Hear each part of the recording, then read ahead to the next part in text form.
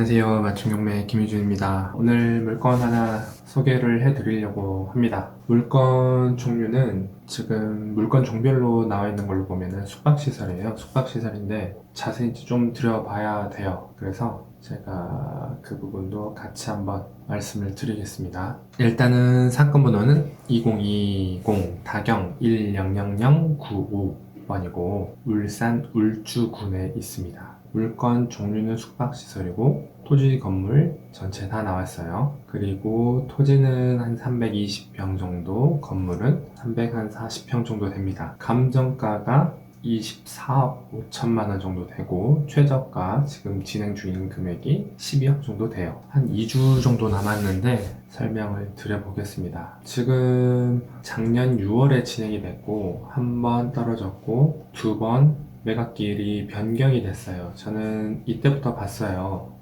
이때부터 봤었는데 계속 변경이 됐고 이게 지금 채권자가 은행이죠. 경남은행인데 부실 채권으로 인해서 유동화 회사로 넘겼어요. 변경을 해서 계속 이제 노출을 시킴으로 인해서 매각가를 낙찰가를 좀 높이려고 하는 목적을 가지고 있는 걸로 보입니다. 제 느낌이고 매각기일은 5월 3일이고 그대로 12억 300에 지금 진행 중입니다. 사진부터 한번 봐볼까요? 순서대로 한번 봐볼게요. 이렇게 생겼어요. 뭐라고 보이죠? 바담이라는 펜션입니다. 건물이 지금 동이 1개, 2개, 3, 4, 5개, 6개 동이죠. 정말 멋있어요. 여기도 이렇게 도로고 건물 옆에 쪽에서 찍었을 때 이쪽도 옆에서 건물 안에 수영장도 있어요. 그리고 주차장, 숙박시설 안에 내부 기계실 그리고 이렇게 나와 있어요. 위치 이렇게 나와 있습니다. 일단 좋아 보이죠? 되게 좋아 보입니다. 그러면 이제 자세히 한번 들여다볼게요. 자세히 한번 들여다보겠습니다. 아까 이거는 제가 말씀을 드렸고 지금 토지부터 한번 볼게요. 가격 시점이 2020년 1월 13일이니까 올해가 지금 22년 4월이죠. 2년 전쯤에 감정했던 금액이라고 생각을 하시면 됩니다. 이게 그 채권자가 부실 채권을 이제 유동화회사로 넘기면서 실질적인 거를 이제 계속 매각기일을 변경을 했죠. 그러다 보니까 지금 감정 시점이 2년 전의 감정 시점이라고 생각을 하시면 될 것 같아요. 이게 계속 연기가 돼 버리니까 이 금액이 지금은 아니겠죠. 지금 감정을 하면 훨씬 더 높을 겁니다. 8억 9,500인데 10억이 넘을 거예요. 토지가 지금 보니까 5필지죠. 하나, 둘, 셋, 넷, 다섯이고 대지가 2필지, 나머지는 3필지는 도로입니다. 그래서 좀 한 320평 정도 되고 토지에 대한 감정가가 그냥 대충 9억이라고 잡으면 될 것 같아요. 그리고 건물을 봤더니 지금 크게 2개로 보이네요. 크게 2개고 건물을 2개로 봤더니 10억 정도 감정평가 금액이 나왔습니다. 이 금액 안에 수영장도 다 포함된 거예요. 그래서 지금 토지랑 건물이랑 합쳐서 24억 5,500 정도가 됐고 여기다 나와 있죠. 수영장이랑 다 가격에 포함했다 라고 이제 나와 있습니다. 그리고 도로에 접해 있다라는 부분도 다 나와 있고 그래서 이제 등기부를 봤더니 이건 지금 요약된 건데 이따가 또 등기부 자세히 볼 거예요. 채권액의 합이 20억이 넘어요. 지금 건물도 그렇고 처음에 토지를 매입을 했죠. 소유자가 토지를 매입을 하고 있다가 건물을 지으면서 근저당 받아서 이제 건물을 증축을 했어요. 지금 채권 최고액이 19억 2천이니까 19억에다가 지금 1년 뒤에 또 대출을 받았죠. 1억 6,300. 그러면 20억 8천만 원이면은 16억 5천, 17억 정도 대출을 받은 걸로 보입니다. 역으로 계산을 해보면 상당히 대출을 많이 받았죠. 등기부 지금 제가 가운데 거만 하나 빼왔는데 매매 목록 13년에 7억 9,750에 지금 토지를 매입을 했어요. 이분이 토지를 매입을 하고 이후에 다른 담보를 했겠죠. 그래서 소유권 이전 이제 매매를 하고 나서 이제 뒤에 지금 토지에 대한 지금 등기부 요약된 건데 이후에 뭐 이제 13년에는 토지를 매입을 했고 17년에 증축을 하기 위해서 추가 대출을 받았던 부분, 소유자에 대한 내용 부분. 되게 등기부 자체는 깔끔해요. 뭐 없어요. 근저당 말고는 특별하게 등기부에 나타난 건 없어서 자세히 뭐 볼 것도 없어요. 그냥 이게 끝이에요. 건물에 대한 등기부도 마찬가지고 소유자, 지금 경남은행에서 대출 받았는데 이자가 안 나오니까 임의 경매를 신청을 했고, 지금은 채권자가 변경이 돼서 유동화회사 실채권을 관리하는 유동화회사로 넘어갔다 라고 생각하시면 됩니다. 이게 지금 감정평가서인데 5필지라고 했죠. 토지가 5필지, 하나 둘 셋 넷 5필지에 대한 내용입니다. 뭐 용도 지역은 어떻고 도로교통 뭐 이런 부분에 대해서 이렇게 감정을 했다 해서 금액이 아까 얼마죠? 8억 9,500? 9억 정도 된다라는 거고, 시점은 2년 전쯤, 그리고 지금 개별 공시지가도 지금 19년 개별 공시지가 금액이니까 그냥 간평이 24억 5천이었는데 최초 그 당시에 간평이 지금 24억 5천에 사도 싸게 산 거라고 보여져요. 그냥 단순히 2년 전의 가격 시점이기 때문에 이렇게만 계산을 해도. 그리고 건물에 대한 거를 보면 지금 크게 두 개예요. 6번, 7번. 6번, 7번에 대해서 뭐 이렇게 건폐율, 뭐 용적률 해서 이렇게 나와 있고 7번도 이렇게 나와 있습니다. 감정평가서를 토대로 제가 말씀을 드리는 거니까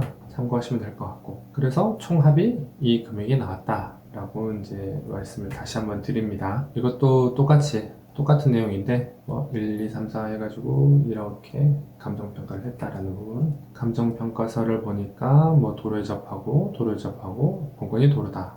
토지이용계획서는 자연녹지고 자연취락지구 투과경관지구다. 뭐 이런 식으로 나와 있습니다.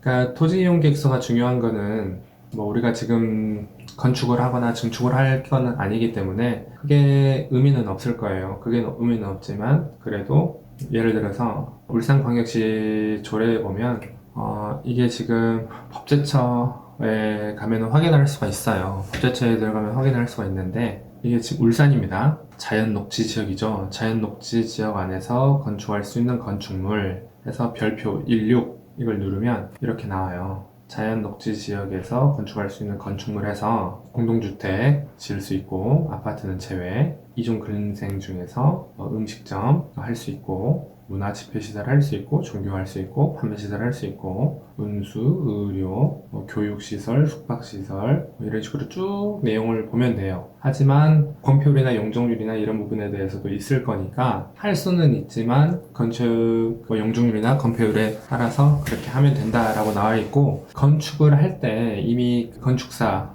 설계사무소 이런 걸 통해서 다 진행을 하고, 그 세움터나 각각의 지자체에서 이제 신고를 하죠. 그렇기 때문에 거기에 맞춰서 우리 건축 허가를 내달라고 하고, 또 건축 허가가 나면 증축을 하고 나서 준공 승인을 받고 사용 승인을 받아야 돼요. 그렇기 때문에 이 건축물 자체는 상관이 없는데 제가 추가로 이런 정보도 확인을 하셔라 라고 말씀을 드리는 겁니다. 근데 이미 다 지어져 있어서 특별하게 신경 쓸 필요는 없어요. 그런 내용을 말씀드렸고, 또 이거를 아까 토지가 5필지라고 말씀을 드렸죠. 이게 1번 필지고요. 이게 1번 필지입니다. 그리고 이게 2번 필지예요. 이게 1번 필지, 이게 2번 필지, 그리고 3번 필지가 이 약간 도로 옆에 있는 땅, 3번 필지, 3번 필지, 4번 필지, 그리고 5번 필지 이렇게 나와 있어서, 그리고 이거는 봐볼게요. 저 안 봤어요. 저거는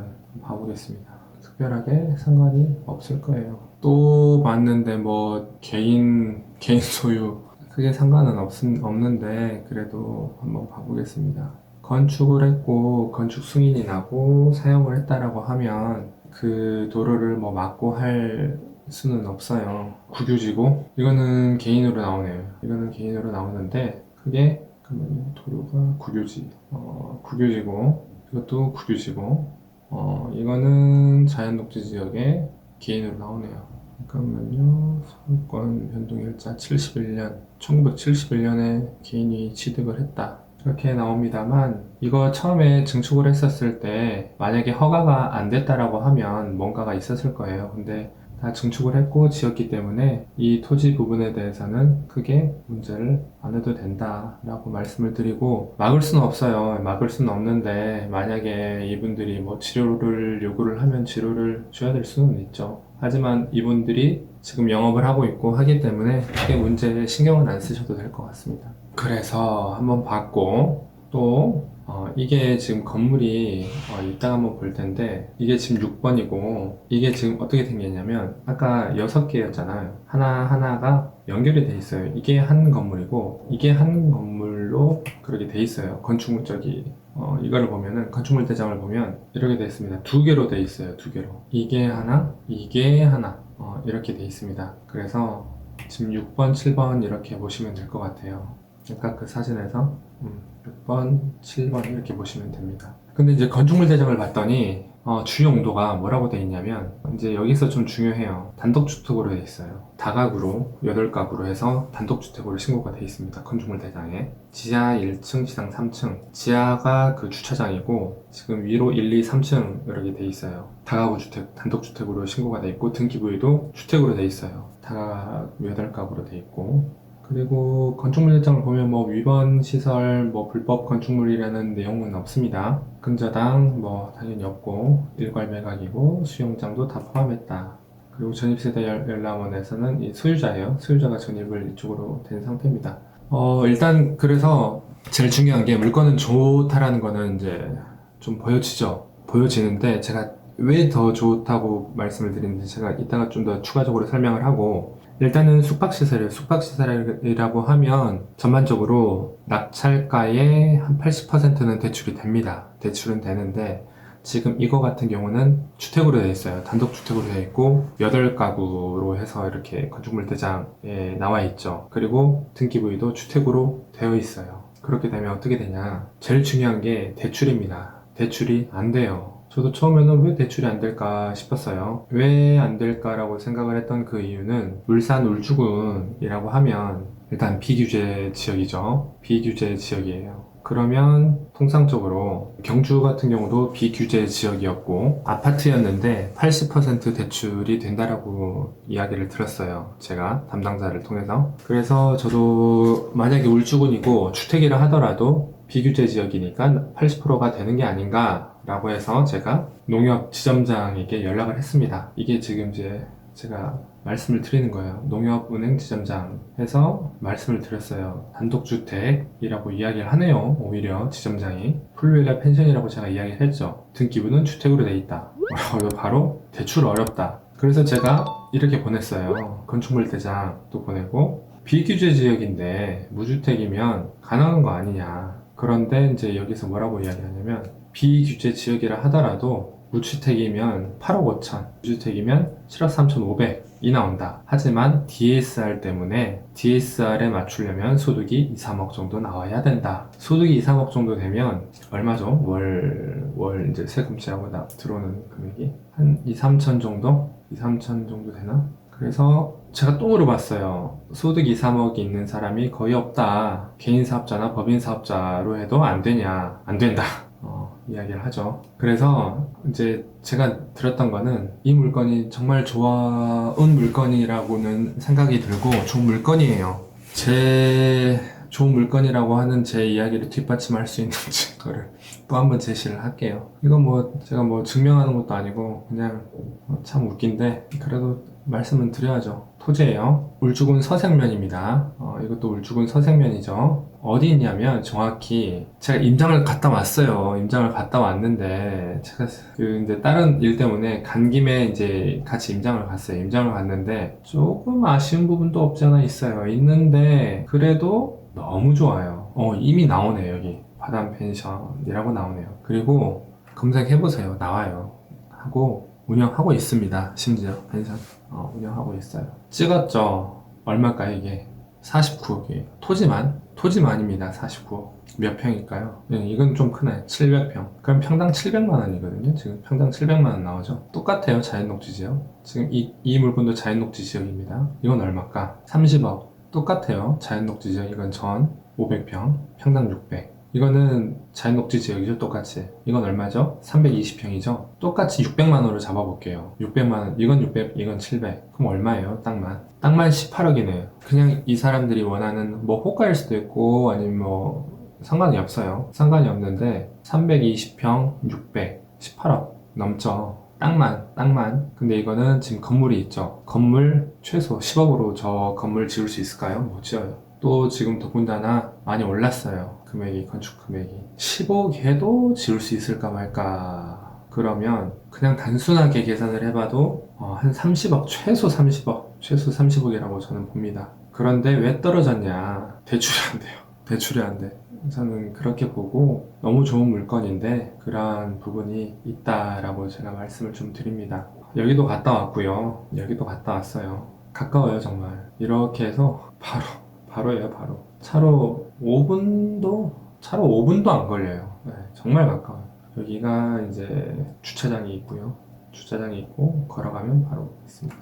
어찌됐든 너무 좋은 물건이다라는 거 말씀을 한번 좀 드리려고 이렇게 촬영을 했고, 좀 모르겠어요. 이제 대출이 제일 관건이에요. 대출이 제일 관건이고, 지금은 제가 봤을 때 이제 소유자 겸 채무자를 제가 만나진 않았고 이렇게 보고 왔어요. 보고 왔는데 다만 아쉬운 점은 있어요. 아쉬운 점은 뭐냐면, 이거를 보면은 여기 진입로가 이렇게 해서 진입로가 좀 좁아요. 여기 코너가 좀 좁아서 들어오기가 좀 불편하고, 이 도로폭도 좀 좁아서 큰 차가 들어오기는 좀 어렵겠다 싶은 마음은 들었고, 여기가 바로 이렇게 오다 보면 이쪽이 이제 지하로 들어갑니다. 여기가 이제 주차장 출입구예요. 이쪽이 들어가는 입구인데, 여기도 주차하기가 좀 큰 차들 같은 경우는 좀 어렵지 않겠나 싶은 생각이 들어서 좀 저는 아쉬웠어요. 이 옆에 뭐 땅이 조금만 더 있으면 여기를 아예 주차장으로 만들면 정말 더 멋지겠구나 싶은 생각이 들었고, 펜션 자체는 되게 좋아요. 일단은 지은 지도 얼마 안 됐고, 그래서 그런 부분이 있었는데 돈만 있으면 뭐 저런 거 너무 좋죠.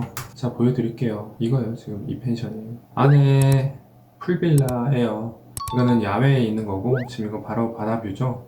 안에 이렇게도 있고 또 이렇게 있어요, 수영장이. 풀빌라 아니네가 아니고 풀빌라 맞아요. 이렇게 생겼습니다. 음, 이렇게 생겼습니다. 너무 멋져요. 안에 이렇게 있고. 근데 중요한 건 너무 싸, 솔직히. 싸요. 풀빌라 치고 너무 싸, 가격이. 또 너무 잘 해놨어요. 저도 한번 가보려고.